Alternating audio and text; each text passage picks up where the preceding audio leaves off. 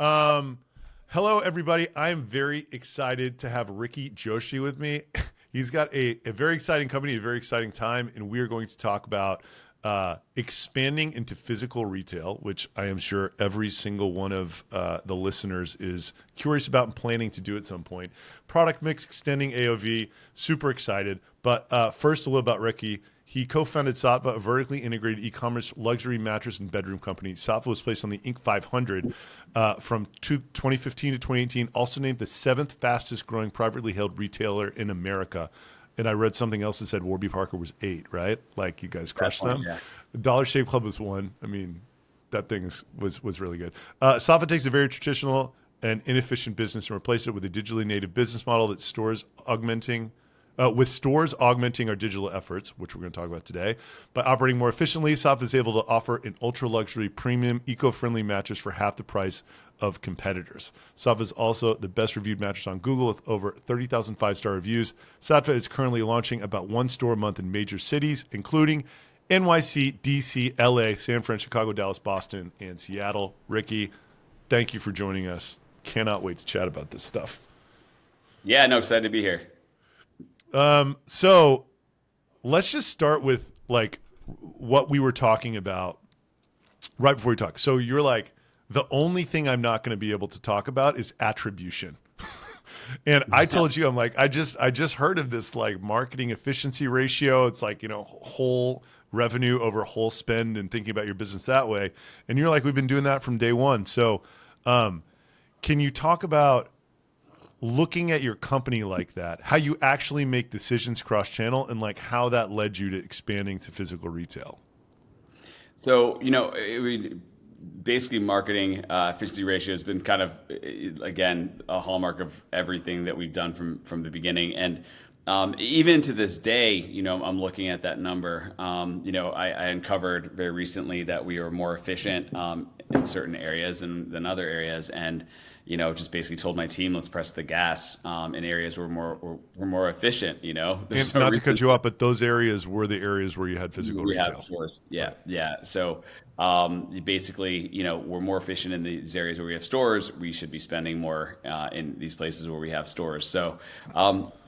That's always marketing efficiency ratio is something that again has been what we've been doing from the beginning. Every time we find a nugget, an area where we're more efficient, we try to double down on it.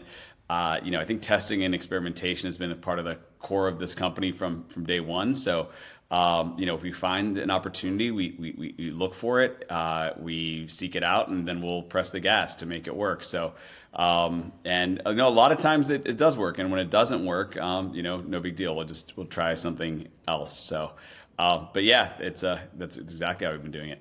So can we just go timeline on this physical retail? You've been started this company almost 13 years ago. Was it all e-commerce at first, and then you decided to go Yeah. into? Yeah, 100% e-commerce and the phone. I think with such a high AOV product like ours, phone orders have actually always been highly converting orders for us. We've had 24/7 customer service from the beginning.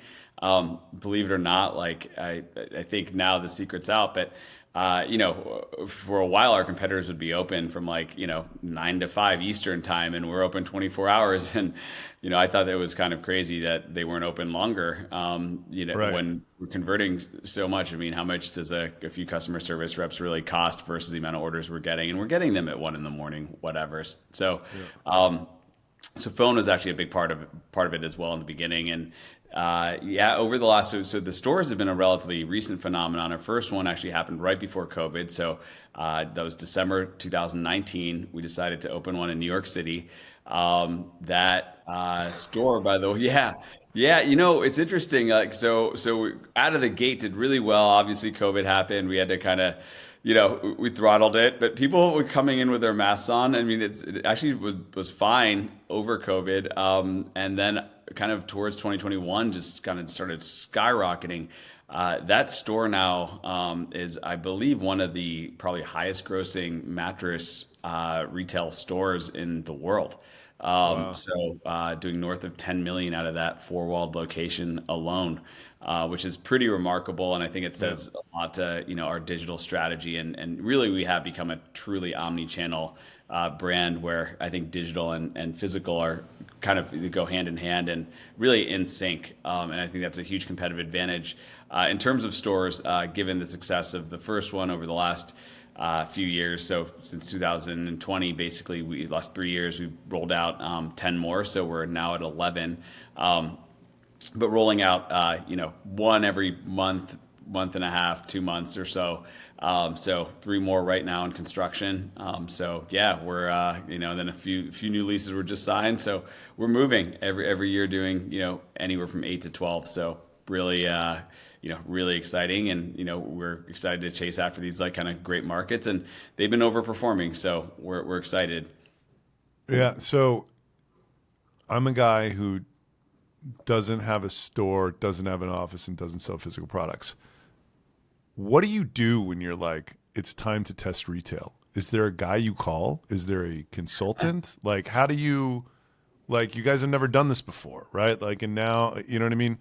What bridges the gap between an e-commerce company and an e-commerce company that also So, has a so store? I'm actually very fortunate in that my business partner and one of our co-founders is actually and CEO has extensive retail experience. So Got he it. actually opened up 200 and something Jennifer furniture stores Ah, previously. So he was the founder of Jennifer.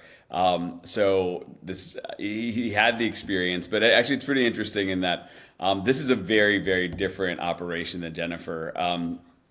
So I actually went out and interviewed a lot of VPs of real estate to find our VP of real estate, and we ended up with I think just a great team member, Chad, who has really kind of run the architecture and construction portion of this. yeah. But yeah, it's all an all hands on deck effort. I think our first version, the New York version, was a little wonkier than today's current iteration, and in every respect, from technology to tracking to everything. But kind of very similar to the way we do the internet, right? You kind of put your foot out there and see what works, and Yeah. if you're on solid ground or not, and just keep moving. I think. Yeah, and one thing I think is a super advantage for a e-commerce operation going to retail is, retail is a lot simpler than it was back, before things like Square, and when there were complex POS systems, and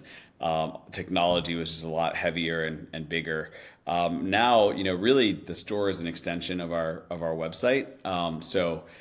For the most part, we're actually using the same POS as anyone on buying on the website. So Right. it's super simple. And then we've done, I think, some really unique things to make the stores, which we call viewing rooms, work. So showroom, viewing room, but yeah, What are they specifically? Like what? so I think one thing that's been really interesting has been actually, this is like a kind of a COVID realization. So we shifted our customer service org from a big office space kind of on the outskirts of New York City to full remote. And we noticed that actually our full remote team members were performing, just as well as they were when they were all in the same office, if not better. Actually, the metrics actually were starting to look a little better. So then we kind of had this realization: why would we have all of these kind of customer service reps centralized in one area, when every time we open up a retail location, we can actually kind of have a mini customer service hub there. It does a bunch of things. One, we're not paying for separate staff to man the store. Two, there's a little hub of activity there, so it's like a little bit of a local culture. You walk in and there's 4 or 5 people. They're getting coffee.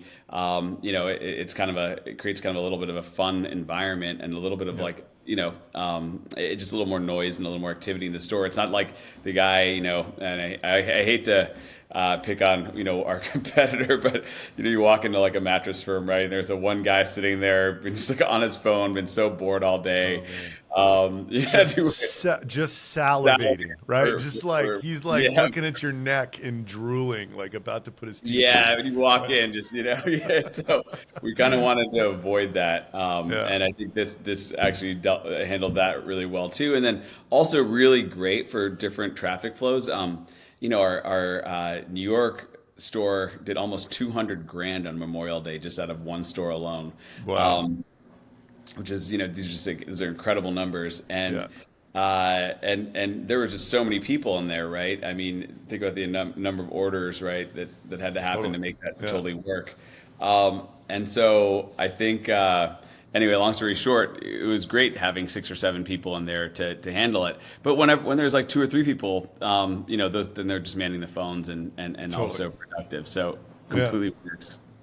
that is an innovative idea. If you're Yeah, it's opening physical retail, also have it be a customer yeah, success using hub. using physical retail as Yeah. a customer service hub. Are there any other like things? So you mentioned that the New York store is wonky compared to the current iteration. Like, are there any other things that you're like, man, like So no, now that it's I been know, updated. right? It was wonky. Now it's Right.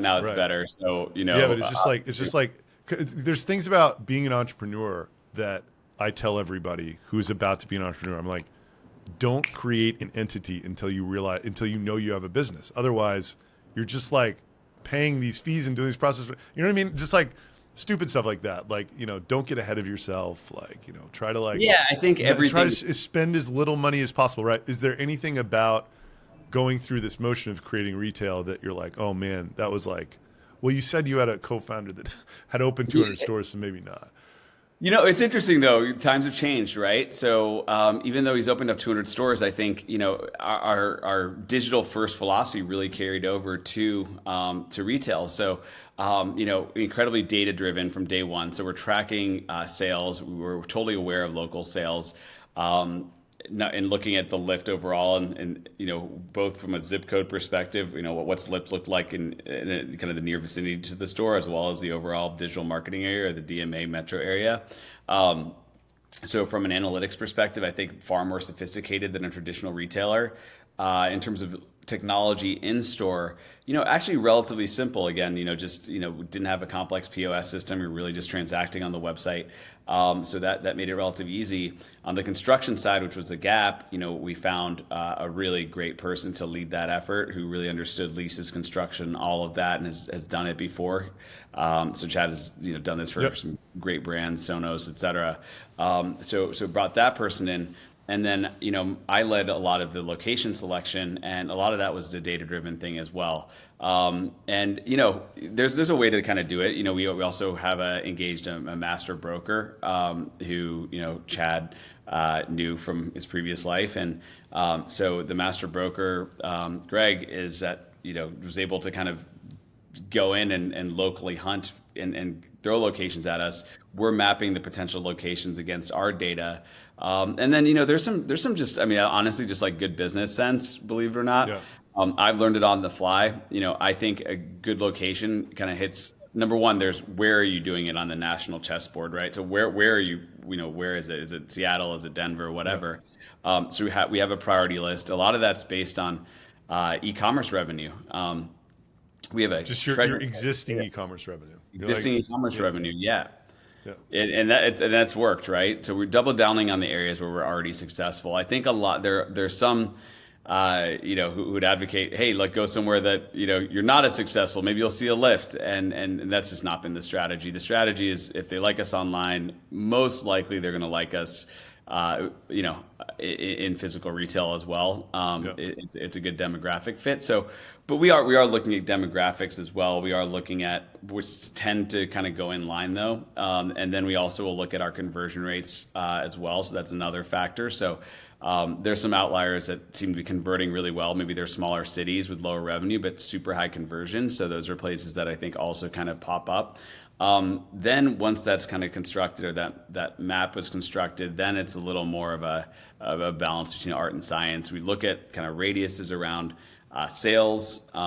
So if we have a certain pin drop, what do the sales look like for our existing sales in that location versus another one? And then there's other kind of intangible factors which I've gotten to know super well, like what's the visibility, what's the walkability, things like that. So learning it all, but it's actually really fun stuff. I don't know.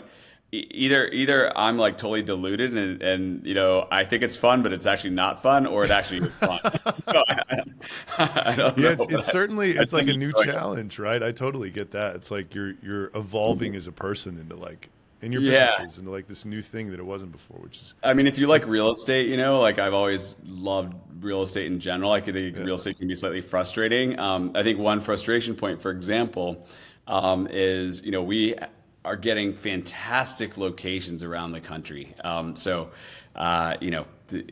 We're like front and center, Flatiron, New York City. I'm yeah, super excited about that. Our DC's at 14th and R, just in an awesome kind of cool part of town. Newbury Street in Boston. I mean, I can go on and on. And yet in my hometown of Austin, like I can't. I'm struggling to find a good spot, right? right. So You're gonna real go to the estate can't. domain. Where are you gonna Yeah, go? real estate can be frustrating, Yeah, and it's interesting, and you're kind of at the behest of an individual landlord, yeah. um, and so yeah, it is what it is. Anyway, So you don't have a store here yet. we don't know. Yeah, Looking yeah. one that we're one. We just had something pop up yesterday that looks super interesting, but yeah, Where none is here. it like Music Avenue or something or what? It's just actually on Barton, like just right Barton Hills Drive, kind of. Not Barton Hills, Barton Springs Road. Yeah, Sorry. yeah. Sweet. Yeah. That's great. I mean, Yeah. it's So, right in the thick of it. yeah, 100%. Cool. So one thing is you were saying all this, I'm like trying to envision myself being like a typical sort of, kind of single product Shopify Plus guy who's like wanting to do this at some point, like Orby did, like you did, like Esper, whatever. When am I ready? How did you know that it was time? And do We're you think always. that you waited too long? Because you had a ton of revenue, several hundred million, right? 400 million or something before you started this? Yeah, we were, right in that range. Yeah. And so, yeah, I mean, I think, you're always looking to grow, right? One thing I've always kind of thought is you don't want to throw out every card in your, that you have right out of the gate, right? Like, number one, it's too much. Attribution's an issue. You don't know where your revenue's coming from. Hard to track things when too many things are going on. So we've always had like really nice, steady, I mean, maybe exponential growth, to be honest, but controlled growth to some degree. And there was just a certain time when we're thinking, okay, we've built this amazing kind of relatively simple. So we started off as a one product company too. We had one mattress. Yeah. Our second product was, so we started in 2011. Our second product didn't launch until 2014. So we were an innerspring mattress first, and then we had our memory foam 2014. Then 2016 we had our third, and then it kind of went up super quickly. But basically, there was a certain time we just felt that to really, really keep driving this thing, to leverage, the size of this ship the best way, retail made sense. And I think part of it also comes down to the fact that, and this is a major part of our calculus, we're spending, a certain amount in every single U.S. city, every single market. And still 2/3 of those people want to try out the physical product. Yeah. And so 2/3 of my marketing budget is totally wasted, basically, Right. if I don't have physical presence. And there's a certain point when you become big enough that's big enough to almost, that loss in conversion is almost big enough to justify rent. Right. Yeah. So I think if you're feeling like you're getting close to that, Yeah, when you're, and it might be different for well, yeah, I don't know, but like, I mentioned that I know the Diff Eyewear guy who's here, right? Like, I don't know, people may want to try on these sunglasses. I don't know. yeah, I mean, and I think you Yeah. just like, right. Look, anything else. I mean, it's all internet marketing, and looking at the data, I think, is huge. So, Yeah. are there certain places you have higher, super high conversion rates? Are there certain places where you have, your sales exceed what the population numbers look like? I think double down in places that like you. Right. And that's what we're doing. So, if I look at the top 20 markets that we're pursuing, I mean, these are our highest revenue markets and super high converting markets. I mean, we have a couple that we haven't found yet. Austin being one of them. Austin's an anomaly. Way outperformed, punches above its weight for its size. So our conversion rate in Austin's amazing, punches way above its weight again in terms of revenue. But we haven't found a location yet. So, and we're not willing to pay, Manhattan prices for South Right. Lamar. So Yeah. basically, Isn't that yeah. crazy?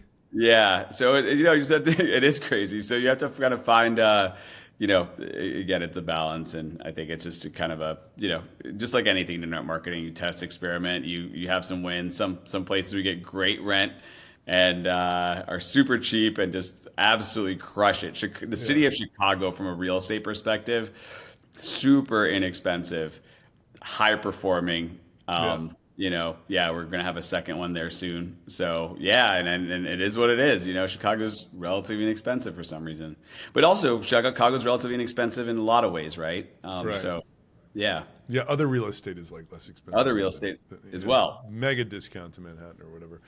Austin's a strange one.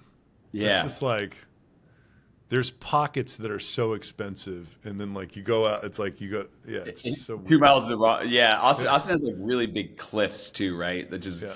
I think, part of the issue. I mean, to be totally honest, I think what's happened with Austin is Austin's become a very desirable market in a. We were aware of how cool Austin was Right. a while ago. Maybe we were early on that. I think the secret's out now, and so all of a sudden there's a lot of retail wants to be in Austin. People realize there's benefits that are kind of intangible. There's a lot of awareness benefits. People come here as tourists a lot. It's a tourist destination. There's a lot of reasons to be here, and there just wasn't the physical retail presence before. So we just don't have retail, zones and retail districts the way that other cities do. And so, we're building into it. There's a lot of new construction to, I think, address this, and people obviously see the opportunity. But we're a couple years away, so there's just scarcity of space, and it's not unique to Austin. Tampa is another location, another city where we kind of had a little bit of an issue finding a location. Finally found, an amazing spot in a brand new development that was being built to basically address the need in Tampa. But Tampa is another city that, grew really, really fast, particularly over COVID, and all of a sudden became, kind of got on the map. So, Right. we see, these things are happening in certain places. On the other hand, by the way, traditional retail opportunities and vacancies are, relatively frequent in some of the bigger cities. So where, consumers left San Francisco in particular, right? So San Yeah. Francisco, there's a lot of vacancy downtown, but even in New York, in Chicago, like there's a lot of the big cities, have space. So yeah, it's always a moving target, but I guess it's an exciting challenge. Totally. How do you fund this? Just with cash flow, like debt? Yeah, How I do you? think cash flow has been a huge part of our story, and we bootstrapped the business from zero to. I think when we did our first private equity round, and that was more just to fuel some growth. But that was in 2018. We were already doing close to 200 million in revenue. Yeah. Um, Congratulations. yeah, I thanks. aspire So to be like that. yeah. Um, Yeah, no, it works, and it has worked, and so yeah, we've always been really cash flow focused. I think one thing about the company is we've been such a data driven, efficiency focused, internet marketing led company. Now we've become kind of a brand, and we do a lot of the brand stuff too. But that goes hand in hand with our internet marketing focus, and because of our I think disciplined approach and being a bootstrap company from day one, a disciplined approach that tests and experiment, that wasn't nervous to try things out. yeah. But cash flow has been a huge part of our story, and we keep funding everything through cash flow. Dude, that's incredible. Amazing. Have any of these stores flat out not worked, or is it still? I think honestly, almost every one of them is, hitting the numbers we'd like it to hit. So overall, the so far so good. I think one thing that was sort of told to me by another retailer is, the first 10 to 15 are pretty easy. So, it's really hard to screw up like a Dallas or Yeah. whatever DC. So I think it's going to get a little more interesting as we go down the list. But honestly, like even our Charlotte store, which is kind of a smaller market for us, is really putting up some pretty good numbers and outperforming what we thought it would do. And that really, we think, bodes well for kind of that subset of cities in that population range. So we're actually really excited about Charlotte's performance and what that, that kind of bodes for the future in that sort of size city. So, we have a bunch that we're looking at. So Nashville, Raleigh, et cetera, Austin. Are you international at all, or is it just straight up US? No, we are not international. Yeah, us neither. Yeah, we've been asked, it's interesting, we'll go to, I know you and I sometimes we'll go to the same conferences, and there's always an international opportunity, and we see the international opportunity, but I think, we really want to have a buttoned up business, and, we're in growth mode. We're still doing a lot of things here. I think international brings new complexity, in a lot of ways, everything from, finances and the financial systems to, language. There's opportunity there. I think it's a lot of work. Also with our sort of production style, which is, we're not a bed in a box. We are, a real mattress that's hand delivered. We remove your old mattress, all white glove delivery. So that's something that's just harder to replicate internationally. Yeah. The logistics, so Saatva is an amazing, furniture, mattress, bedding brand, but we're also a logistics company at this point. We produce out of 18 factories. We have 160 distribution centers that are all managed by our software. It's a very involved process, I think. Yeah. That's incredible, man. Talk to me about AOV and growing it, and sort of like how you think about that as it pertains to the rest of this stuff. I think AOV has been a major driver to our growth. We've basically doubled AOV over the course of our history. And a lot of that's been add-on product. So multiple buys and add-on. And so, we started kind of slowly. So our first kind of, foray into kind of ancillary products was sheets. Pretty soon became a line of sheets, became bedding.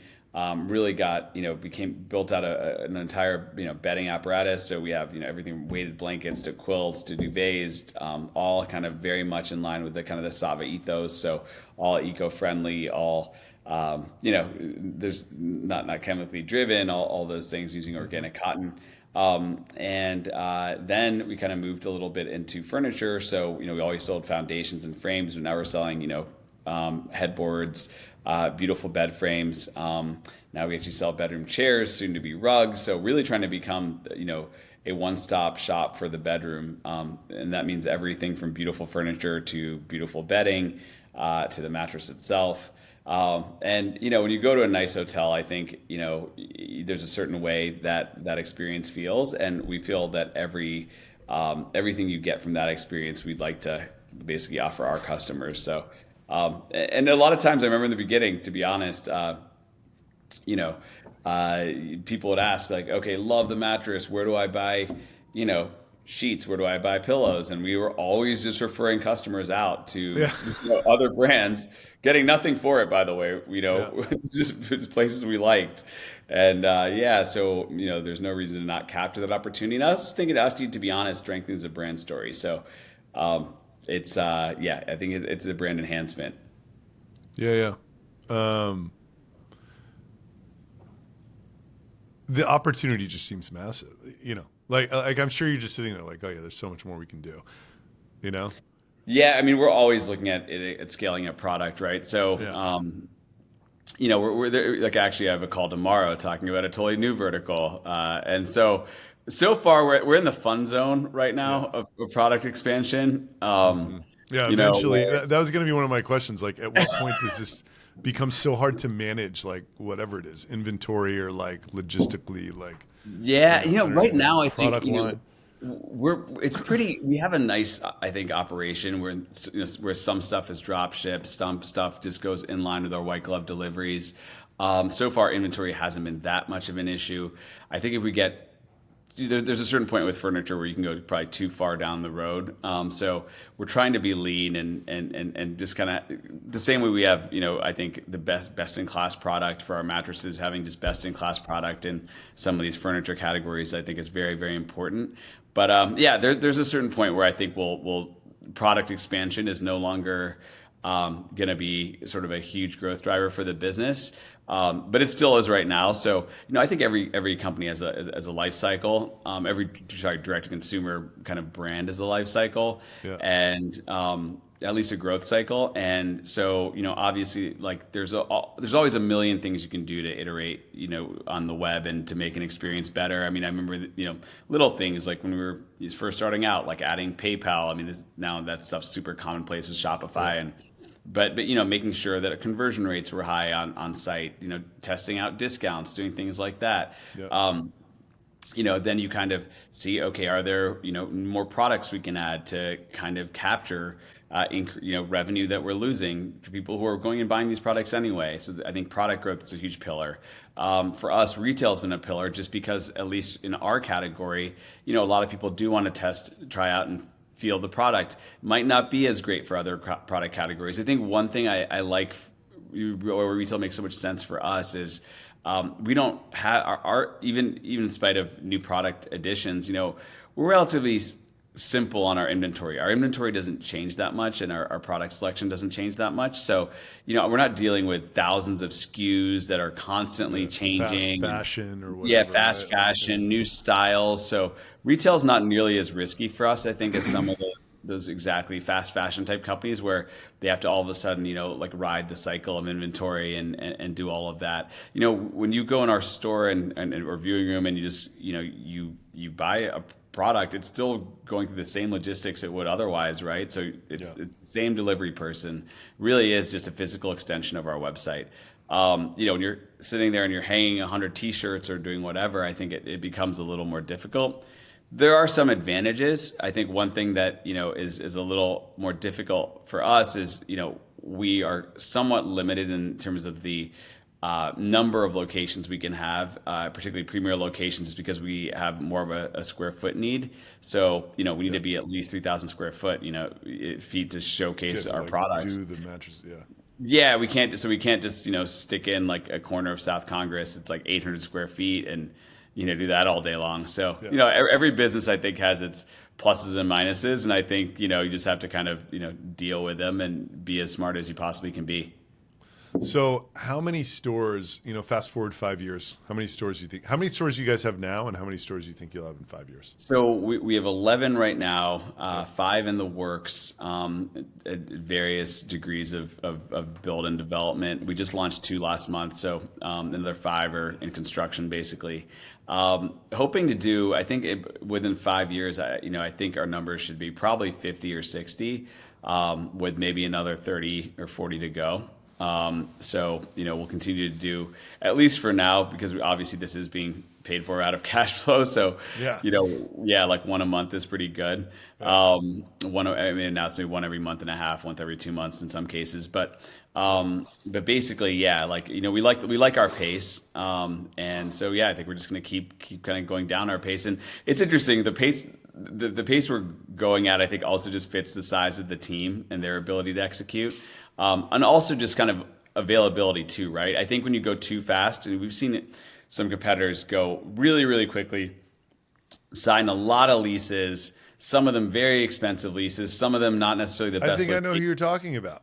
Yeah. I was actually going to ask you about how do you think about yourself versus them? And, Yeah. I think we're just we're a lot more careful. And I think, we've also seen some of our competitive businesses, their stock goes like this and it goes like this and then it tanks and they have to be, taken private. And we've just been running a really clean, nice business. And I love that. As a fellow bootstrapper, it's just nothing makes me happier. It's let them go up and down. It's a steady upswing, right? A steady upswing, being smart every day, running it like I would be running my own, lemonade stand, being careful, being smart, not being reckless at all. And I think the business is thriving because of it. We're still we're a growing brand in a downturn. and we continue to grow. So and outpace, I think any other our competitors' growth by a significant margin. So and profitably, which no one else is doing either. So Yeah, I mean, I think we're a very great. unique story in direct to consumer in general, and definitely the outlier in the mattress category. Yeah, I mean, if any investors are listening, you just you Yeah. just said the magic words for these days, right?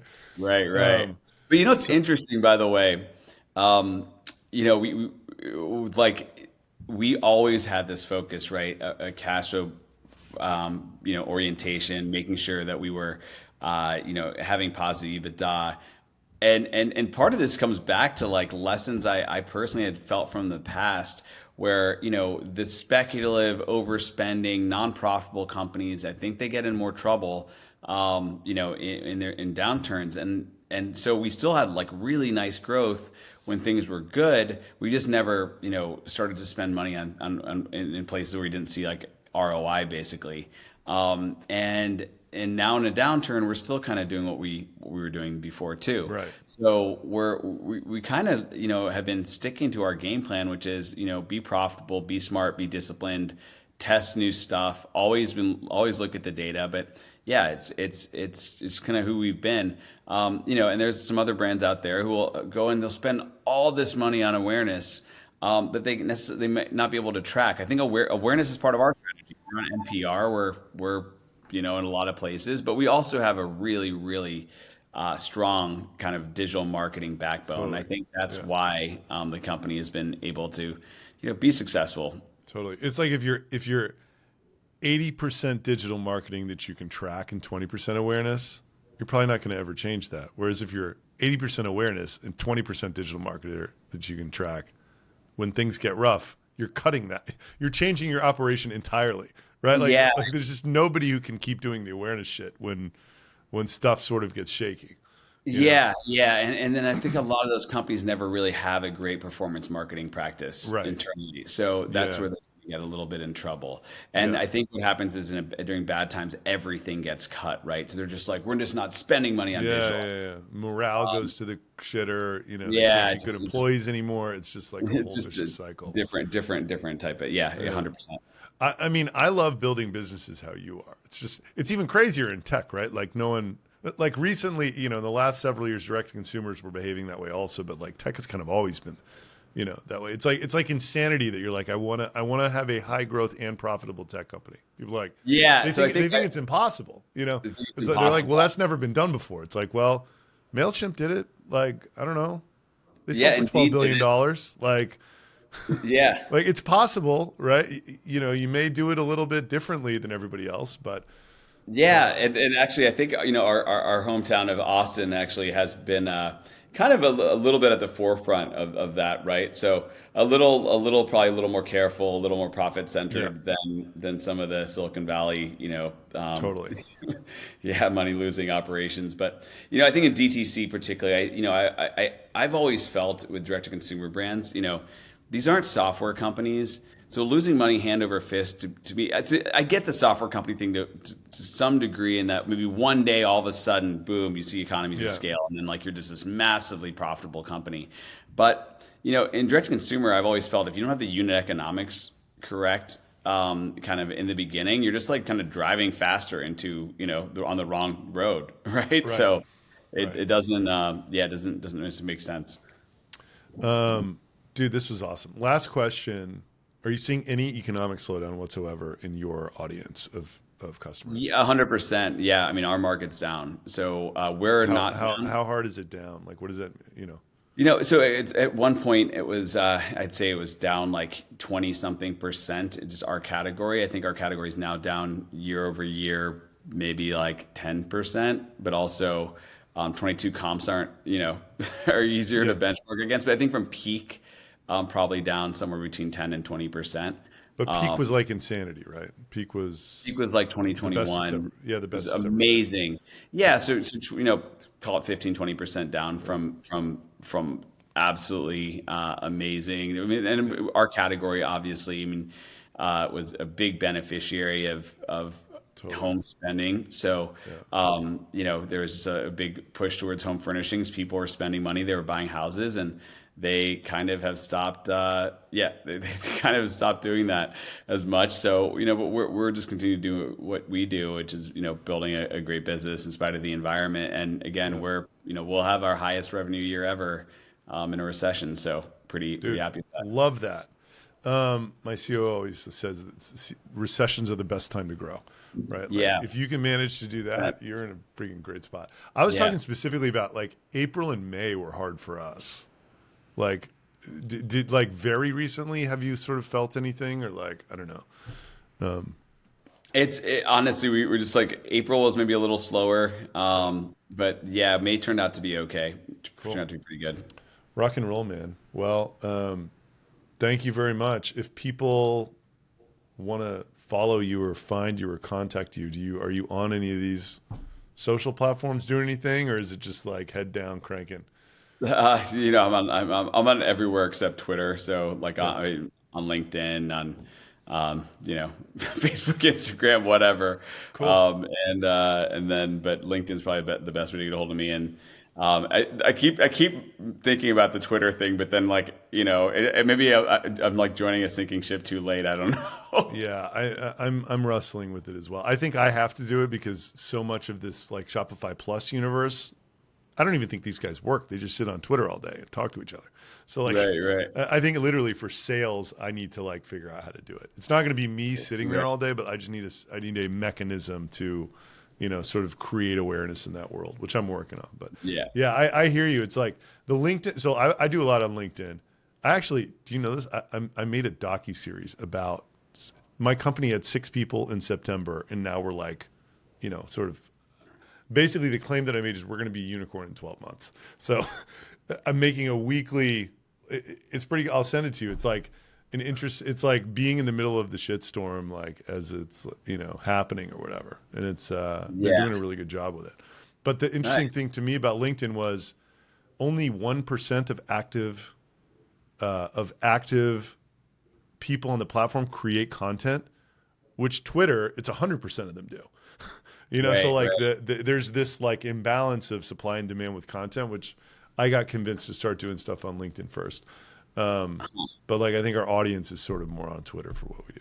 Anyway, dude, Ricky, thank you so much for taking the Yeah, time. This thank is you, Adam. I great. really This is appreciate it, like man. Yeah, such an a lot of interesting fun. topic, like, and it's such an interesting time because you sort of just started it and like are going hard at it. So congratulations on everything. Love what you're doing. Love how you're doing it, especially. The ethos is very in line with like, the values of our company too. So rock on, Cool. man. Awesome. Well, thank you so much, man.